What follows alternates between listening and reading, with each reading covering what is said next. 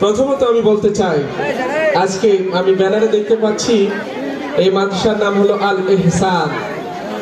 শব্দটা এতটা চমৎকার, এতটা সুন্দর, যেটা আমার এই ক্ষুদ্র জ্ঞানে আমি বুঝাতে পারবো না। হাদিসে জিব্রাইল, লম্বা একটা হাদিস। জিব্রাইল আলাইহিস সালাম আসলেন রাসূলুল্লাহ সাল্লাল্লাহু আলাইহি ওয়াসাল্লামের কাছে। এই শিক্ষার্থীরা ভালো করে শোনো, তোমাদেরকে এখান থেকে অনেক শিক্ষা আছে। আল্লাহর হাবিব একজন শিক্ষক, তিনি বলেছেন বইস্তু মুআল্লিমান, আমি এই পৃথিবীতে শিক্ষক হিসেবে প্রেরিত হয়েছি। একজন শিক্ষকের সামনে ওস্তাদ কিভাবে বসবে, শিক্ষার্থী কিভাবে আদব কায়দা দেখাবে, আল্লাহ তাআলা জিব্রাইল আলাইহিস সালামের মাধ্যমে লম্বা একটা হাদিস দিয়ে জিব্রাইল আলাইহিস সালামকে মানব বেশ ধরে আল্লাহর হাবিবের কাছে পাঠালেন। জিব্রাইল আলাইহিস সালাম এসে রাসূল পাক সাল্লাল্লাহু আলাইহি সাল্লামের কাছে হাত উঠে অত্যন্ত নমনীয়তার সহিত আল্লাহর হাবিবের সামনে বসে পড়লেন। শিক্ষার্থী বন্ধুরা ভালো করে শোনো, তোমাদের এখান থেকে অনেক কিছু শেখার আছে। জিব্রাইল আলাইহিস সালাম আল্লাহ রাসূলকে তিনটি প্রশ্ন করলেন। এই তিনটি প্রশ্নের মধ্যে একটা প্রশ্ন হলো মাল ইহসান। হে নবী, আপনি বলেন ইহসান কি? আল্লাহর হাবিব তখন বললেন যে প্রশ্নকর্তাই ভালো জানেন। তার মানে আল্লাহ পাক তো জিব্রাইল আলাইহিস সালামকে রাসূল সাল্লাল্লাহু আলাইহি ওয়াসাল্লামের সামনে এনে পৃথিবীবাসী শিক্ষার্থীরা কিভাবে শিক্ষককে প্রশ্ন করবে, কিভাবে উত্তর দিবে, এটা শেখানোর জন্যই কিন্তু আল্লাহ পাক জিব্রাইল আলাইহিস সালামকে পাঠিয়েছিলেন। তিনি প্রশ্নকর্তা, তিনি আবার জবাবদাতা। তিনি বললেন আনতা আবুদাল্লাহা কাআন্নাকা তারাহু ফাইন লাম তাকুন তারাহু ফাইন্নাহু ইয়ারাক। ইহসান কি? ইহসান হচ্ছে তুমি এমন ভাবে আল্লাহর ইবাদত করবে, মনে করবে যে তুমি তোমার আল্লাহকে দেখছো। জোরে বলি সুবহানাল্লাহ। আনতা আবুদাল্লাহা কাআন্নাকা তারাহু ফাইন লাম তাকুন তারাহু ফাইন্নাহু ইয়ারাক। এমন ভাবে ইবাদত করবে মনে হবে যে তুমি তোমার আল্লাহকে দেখেছো। আর যদি এই কোয়ালিটি তোমার না থাকে, মনে রাখবা তোমার প্রভু তোমাকে দেখতেছে। জোরে বলি সুবহানাল্লাহ। এই যে অনুভূতি, এটা কখন তৈরি হবে?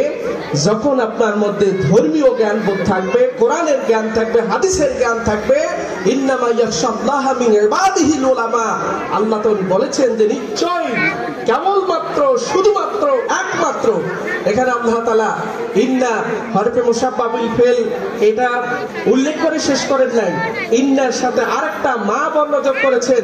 আরবি ব্যাকরণবিদরা বলেছেন যে ইন্না এবং আন্নার সাথে যখন মা বর্ণটা যোগ হয় তখন অর্থ দেয় কেবলমাত্র, শুধুমাত্র, একমাত্র। একদিকে বলেছেন ইন্না, নিশ্চয়, আবার বলেছেন মা, নিশ্চয়, কেবলমাত্র, একমাত্র, শুধুমাত্র। এই পৃথিবীর জমিনে যদি আল্লাহকে কেউ ভয় করে থাকে তাহলে হচ্ছে ওলামা, যারা জ্ঞানী। জোরে বলি সুবহানাল্লাহ। এই ওলামা কারা? কোন জ্ঞানী আল্লাহকে ভয় করে? আপনি যদি ইতিহাস ঘাটতে যান, সেই হেরা পর্বত ইউনিভার্সিটিতে আজ থেকে প্রায় 1500 বছর আগে হেরা পর্বত ইউনিভার্সিটিতে আল্লাহর হাবিব আত্মমানবতার কল্যাণের জন্য তিনি যে গবেষণারত ছিলেন, ওই গবেষণা আল্লাহ পাক যে জ্ঞান নাযিল করেছেন, কোরআন পড়ো বিসমি রাব্বিকাল্লাযী খালাকা। ওই পড়া পড়ো, যেই পড়া তোমার প্রভুকে চেনাবে। ধরে বলি সুবহানাল্লাহ। তাহলে আল্লাহর প্রতি ভয় ভীতি তৈরি হবে কার? যার মধ্যে কোরআন এবং হাদিসের জ্ঞান থাকে। স্কুলে পড়িয়ে, কলেজে পড়িয়ে, ইউনিভার্সিটিতে পড়িয়ে এই জ্ঞানটা তৈরি হবে, কিন্তু যতটা তৈরি হওয়ার কথা ততটা তৈরি হয়। আমি ইউনিভার্সিটিতে পড়েছি, আমি দেখেছি কি পড়ানো হয়েছে এখানে। তা আমি ধন্যবাদ জানাচ্ছি আল ইহসান আইডিয়াল মাদ্রাসার সম্মানিত প্রধান শিক্ষক এবং শিক্ষক মন্ডলী এবং পরিচালক বৃন্দদেরকে। এই প্রত্যন্ত অঞ্চলে এরকম একটি সুন্দর একটা প্রতিষ্ঠান বিনির্মাণের মাধ্যমে এই এলাকার সন্তানদেরকে আল্লাহওয়ালা বানানোর জন্য তারা যে চেষ্টা করেছে, আমরা আজকে অনুষ্ঠানের পক্ষ থেকে তাদেরকে ধন্যবাদ জানাচ্ছি। আমরা কি ন্যূনতম ধন্যবাদটা তাদেরকে জানাতে পারি না? সম্মানিত মায়েরা আমার, যারা অভিভাবক হিসেবে এসেছেন, আমার ইতিপূর্বে একজন বক্তা এখানে বক্তব্য দিলেন, ওয়াবিল ওয়ালিদাইনি ইহসানা। আল্লাহ বলছে পিতা মাতার সাথে ইহসান, ভালো আচরণ করতে। আমি আপনাদেরকে হলফ করে বলতে পারি, বাংলাদেশের কোন স্কুল, কলেজ, ইউনিভার্সিটিতে পিতা মাতা যে মোস্ট প্রেস্টিজিয়াস, সবচেয়ে সম্মানিত ব্যক্তি, কোন স্কুল, কলেজ, ইউনিভার্সিটিতে আপনাকে এই জ্ঞান দিবে না। আর এই মাদ্রাসাগুলোতে আল্লাহ বলছে ওয়াকাদা রাব্বুকা আল্লা তা'বুদু ইল্লা ইয়্যাহু ওয়া বিল ওয়ালিদাইনি ইহসানা।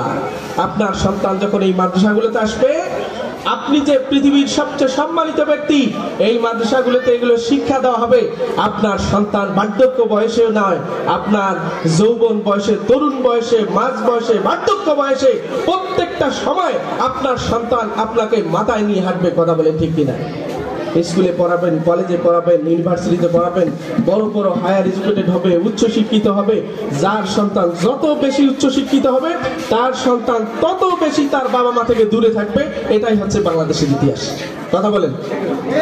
আপনি যদি জেনারেল শিক্ষায় আপনার সন্তানকে যত উচ্চ শিক্ষায় শিক্ষিত করবেন, তত দূরে আপনার সন্তান আপনার বার্ধক্য বয়সে আপনার থেকে দূরে থাকবে।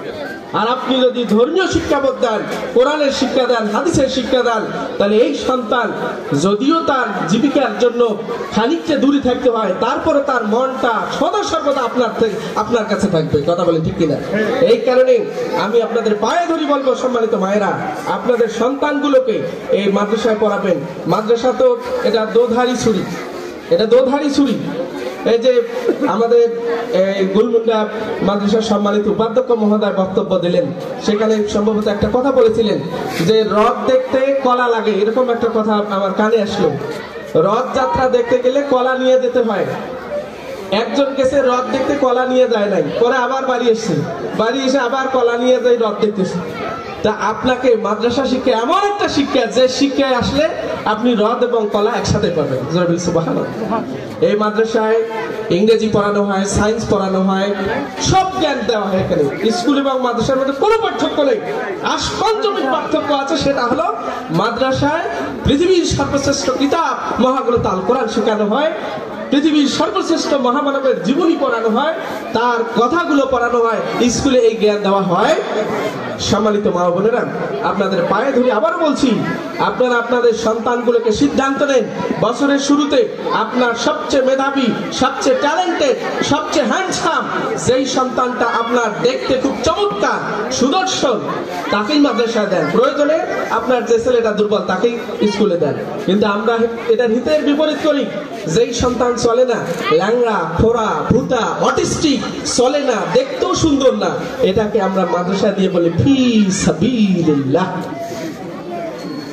শয়তান হাসি।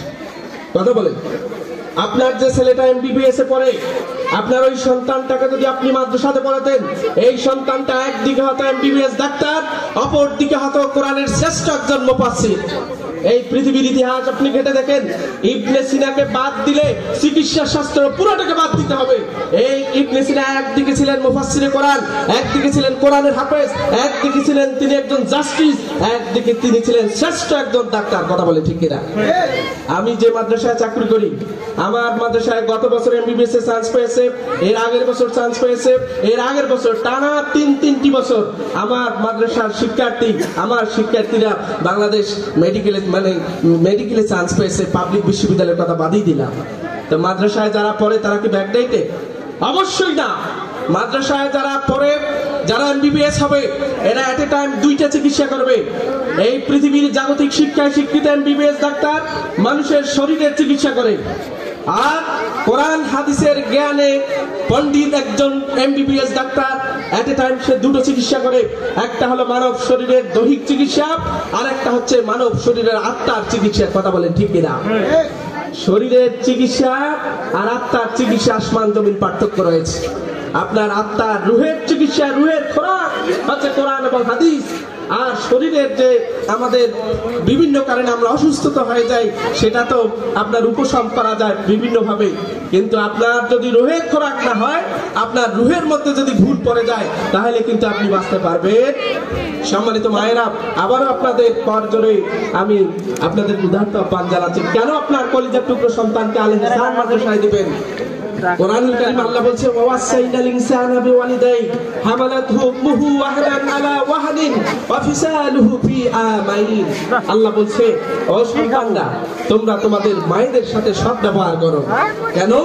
তোমার মা হামালাতহু উম্মুহু ওয়াহনান আলা ওয়াহনিন, তোমার মা কষ্ট করে খেতে পারে না, উঠতে পারে না, বসতে পারে না, শুইতে পারে না, অনেক দিন ব্যাপী তোমাকে পেটে ধারণ করে তোমাকে কষ্টের পর কষ্ট করে এই পৃথিবীতে এনেছে। এই যে জ্ঞান, এটা কিন্তু মাদ্রাসায় দেওয়া হয়, মাদ্রাসা সিলেবাসে আছে।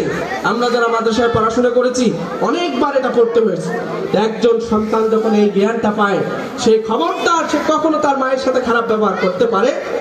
আর আপনার সন্তানকে স্কুলে পড়িয়েছেন, কলেজে পড়িয়েছেন, ইউনিভার্সিটিতে পড়িয়েছেন, সে তো জানে না হামালাতু উম্মুহু ওয়াহানান আলা ওয়াহানিন, এটা সে জানেই না। আমাদেরকে পড়ানো হয়েছে একজন মা যখন নরমাল ডেলিভারি হয়, গবেষকরা বলেছে, মেডিকেল সায়েন্স বলেছে, একজন পুরুষ মানুষ